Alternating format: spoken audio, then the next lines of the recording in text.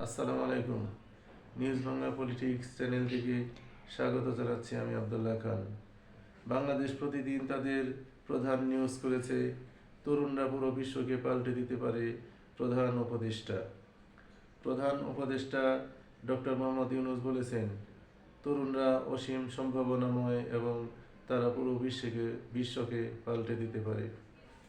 শনিবার ঢাকায় হোটেল ইন্টারকন্টিনেন্টালে নবম সোশ্যাল বিজনেস ইউথ সামিটে বক্তৃতাকালে তিনি তরুণদের উদ্দেশ্যে বলেন, আমরা কেবল কয়েক বছরের মধ্যে পুরো বিশ্বকে পাল্টে দিতে পারি। এই কক্ষে যারা বসে আছেন তাদের দিয়েই এটি সম্ভব। এটি খুব সহজ একটি কাজ। প্রধান উপদেষ্টা বলেন, 1000 মাইলের যাত্রা শুরু হয় প্রথম পদক্ষেপ দিয়ে, কিন্তু প্রশ্ন হলো দ্বিতীয় পদক্ষেপে কিভাবে আরো উন্নতি করা যায়। জুলাই বিপ্লবের সময় ছাত্র জনতার আত্মত্যাগের কথা উল্লেখ করে অধ্যাপক ইউনূস বলেন, একটি ফ্যাসিবাদী শাসনকে উৎখাত করতে 1000-এরও বেশি তরুণ তাদের জীবন উৎসর্গ করেছেন, আর আহতদের অনেকে হাত পা হারিয়েছেন।